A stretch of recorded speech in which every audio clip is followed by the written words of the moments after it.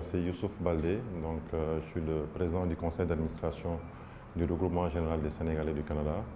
Depuis maintenant, peut-être, je suis à troisième à quatrième année. Quand même, j'ai eu à servir pas mal longtemps sur l'association. Maintenant, peut-être 10 à 12 ans, si mes comptes sont bons, parce que j'ai touché à pas mal de choses que maintenant je perds même un peu les années.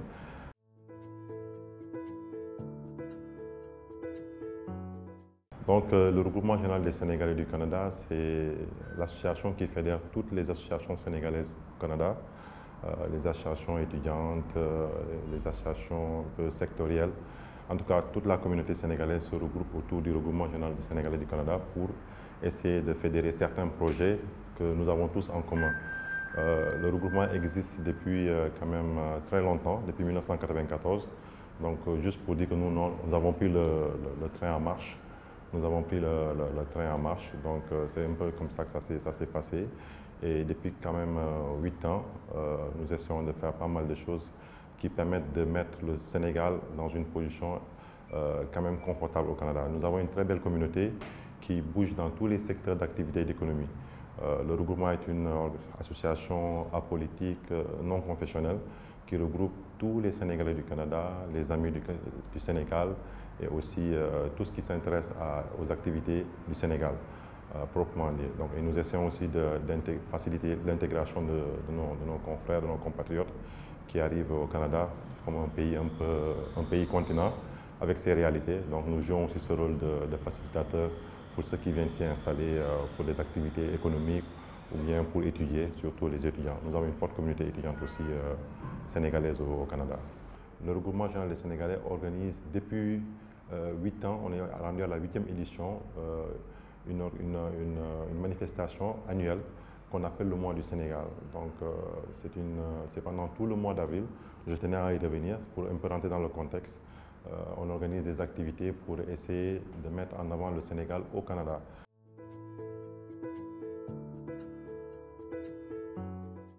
Et je commencerai toujours par le problème que tous les Sénégalais de la diaspora n'arrêtent pas de parler, celui des papiers administratifs, particulièrement des passeports. Le Canada est un pays particulier, même si tous les Sénégalais de la diaspora ont ce problème. Nous, on a une seule frontière, c'est juste les États-Unis. Je n'arrête pas de le décrier. Il y a eu des avancées, il faut le souligner. Nous avons mené le combat depuis très longtemps. Là, je parle des années vraiment en arrière quand j'étais encore étudiant. Et quand même, il y a 2 ans, 3 ans, je dirais en 2018, nous avons eu des avancées. On a eu quand même maintenant la possibilité d'enregistrer les passeports au Canada. Mais le Covid nous a montré que malgré ces avancées, nous étions encore dans des difficultés parce qu'il était impossible de les imprimer au Canada. Donc le problème s'est encore renouvelé. Il fallait qu'on amène ce qui était enregistré au Sénégal pour les imprimer ou bien aux États-Unis. Et vu la problématique de la pandémie, c'était difficile pour les agents même de l'ambassade d'aller le faire. Donc les Sénégalais du Canada se sont retrouvés, particulièrement les étudiants, par rapport à ce problème-là. Et je pense que c'est un défi et nous lançons encore un appel à nos autorités qu'ils nous aident, qu'on puisse avoir, comme les États-Unis ou bien comme la France, un centre d'impression directement au Canada. Et aussi, nous avons quand même aussi la communauté en train de grandir. Les Sénégalais n'étaient pas très nombreux au Canada en 2010, 2012, même jusqu'en 2015. Mais depuis ces 3-5 dernières années, nous avons eu quand même un grand flux de Sénégalais qui immigrent vers le Canada. Nous sommes rendus maintenant entre facilement 20 à 25 000 Sénégalais sur le territoire canadien. Donc c'est pour vous dire que maintenant nous sommes confrontés de plus en plus à des problématiques liées au décès. Et la plupart du temps, nous avons des cas de décès, donc un peu qu'il faut rapatrier au niveau du Sénégal. Et ça, le regroupement n'a pas attendu. Le regroupement général des Sénégalais a mis en place ce qu'on appelle le fonds social, qui permet quand même une sorte de coopérative qui permet de s'occuper de ces cas. Mais comme vous le savez, c'est une association et nous ne sommes pas bénéficiaires d'une subvention de l'État ou de qui que ce soit. Nous fonctionnons sur des fonds propres et aussi sur des fonds liés à nos sponsors ou à des bonnes volontés. Donc nous incitons quand même un peu l'État aussi à se positionner sur cette question et à nous aider à mieux organiser ce fonds social pour qu'il puisse répondre à chaque fois que nous avons quand même des cas de décès qui sont des événements très douloureux et quand même très pénibles, qu'on puisse vraiment être très proactif et même aussi dans le cadre des papiers administratifs, parce que quand les corps aussi sont renvoyés au pays, il y a tout un cheminement des documents administratifs à faire et de passer à cette facilitation-là, que ça se passe de la façon la plus rapide et la manière la plus aisée possible. Donc ça, c'était une des demandes de la communauté. L'autre que nous traînons aussi quand même depuis des années, c'est celle de la Maison du Sénégal. Donc la Maison du Sénégal, nous avons un projet de la Maison du Sénégal, parce qu'effectivement, je pourrais faire un petit clin d'œil à nos amis marocains qui ont quand même le centre culturel marocain à Montréal, que nous avons eu à utiliser à pas mal de reprises, et je leur salue de passage, et je magnifie encore la relation que nous avons entre Africains, entre nos compatriotes africains, d'utiliser nos services. Mais nous avons un projet de la Maison du Sénégal que nous avons mis sur la table et dont le chef de l'État lui-même, le président de la République, avait donné des instructions même fermes, je dirais. Et je demanderai aux autorités quand même qui sont en charge de ces dossiers-là de s'activer, parce que nous avons besoin de cette Maison du Sénégal pour aider nos jeunes frères et jeunes frères et filles qui arrivent en tant qu'étudiants, qui ont des problèmes de logement au début, pour aussi permettre à la communauté de se retrouver dans un lieu qui nous permet de faire nos activités. Parce que vous n'oubliez pas, nous avons des événements religieux, nous avons des événements aussi quand même un peu familiales, et nous avons aussi besoin d'un endroit peut-être pour faire juste l'école coranique pour nos enfants. Nous avons besoin de ce centre-là, et aussi permettre aux Sénégalais d'avoir cette place où ils pourront se retrouver. Et je pense que c'est très important. Il y a des communautés qui l'ont compris au Canada, à Montréal, et ils le font. Ils le font. Et nous savons que c'est possible. Nous en avons parlé avec le chef de l'État, le président de la République, M. Macky Sall. Il l'a compris, il a donné des instructions pour que ça puisse être fait. Il nous demande encore une fois les autorités en charge de ces dossiers-là de s'en occuper. Parce que vraiment, ça fait 4 ans que nous sommes derrière. Le projet, il a été ficelé, tout il a été bien fait. Mais à chaque fois, nous butons sur des problèmes administratifs liés à l'administration sénégalaise. Et je pense que la communauté sénégalaise du Canada en souffre. Et on a besoin que ce dossier vraiment arrive à terme.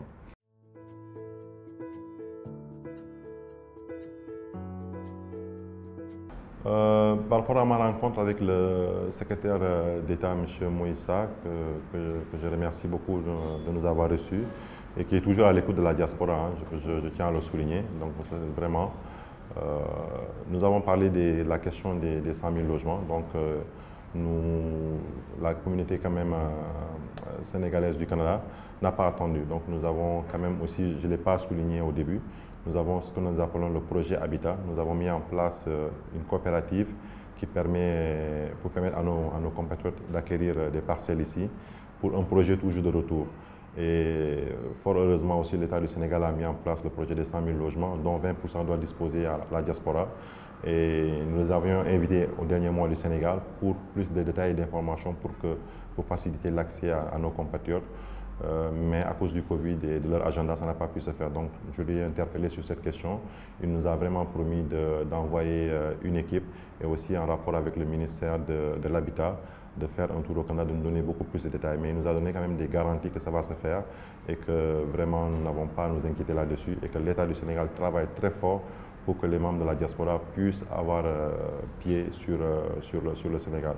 Et c'est tellement important, parce que je le dis encore, je le répète, c'est pas juste d'acquérir des maisons. Chaque Sénégalais de la diaspora qui rentre, même si c'est juste pour un logement, il viendra avec des projets. Et ça a été vérifié, et c'est vérifiable.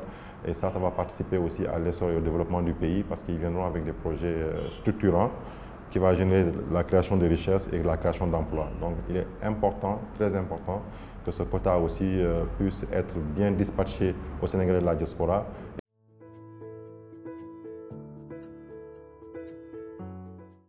Nous avions organisé lors du dernier mois du Sénégal un panel sur la relance du secteur, donc lié à la condition de la pandémie. Et nous avions vu que quand même notre pays avait des difficultés à produire certains médicaments, et nous avons été confrontés à la réalité que le pays arrivait à peine à produire 10% de nos besoins, et qu'il était important, moi en tout cas personnellement, je suis un acteur professionnel du secteur pharmaceutique, donc j'ai eu à contacter certains de mes compatriotes aussi qui sont dans le secteur pour qu'on puisse réfléchir sur la question. De là, nous sommes partis sur le panel, et nous avons invité des sommités issus du Sénégal. Nous avons débattu en long et large, et aussi au Canada, nous avions aussi d'autres Sénégalais qui sont très chevronnés pour discuter, pour réfléchir sur la problématique de l'industrie, comment faire pour relancer l'industrie pharmaceutique. Donc nous, déjà depuis le mois de mai, nous sommes sur cette réflexion et c'est de là qu'est partie l'invitation que nous avons reçue du BOSS qui était aussi en train de travailler sur la question. Le BOSS, c'est le Bureau opérationnel de suivi du Sénégal émergent et nous avons eu à participer à ce lab, ces travaux de 5 semaines, quand même 15 000 heures de travail, 67 participants par jour. Plusieurs organismes ont participé, aussi bien privés et publics, qui ont eu à participer à ces travaux. Il y a eu, sur le plan des réformes, beaucoup de réformes qui ont été revues sur la pharmacopée déjà sénégalaise qui est là, et aussi sur, par exemple, l'autorisation de mise en marché des produits et comment faciliter en tout cas l'intégration et la mise en place de structures pharmaceutiques au Sénégal. Et aussi, à côté, il y avait des projets privés et des projets publics que l'État du Sénégal avait en place. Nous avons eu à les travailler aussi avec les équipes du BOSS, que je tiens à féliciter aussi pour l'excellent travail vraiment qu'ils ont eu accompli durant ces 5 semaines. Dès à présent, au moment où je vous parle, nous sommes prêts déjà à fournir cette aide, ou bien en tout cas cet apport à l'industrie qui devrait se relancer donc, du côté de l'Amérique du Nord. Et tout cela suite au panel que nous avons eu lors du mois du Sénégal, qui a été organisé par le regroupement général des Sénégalais.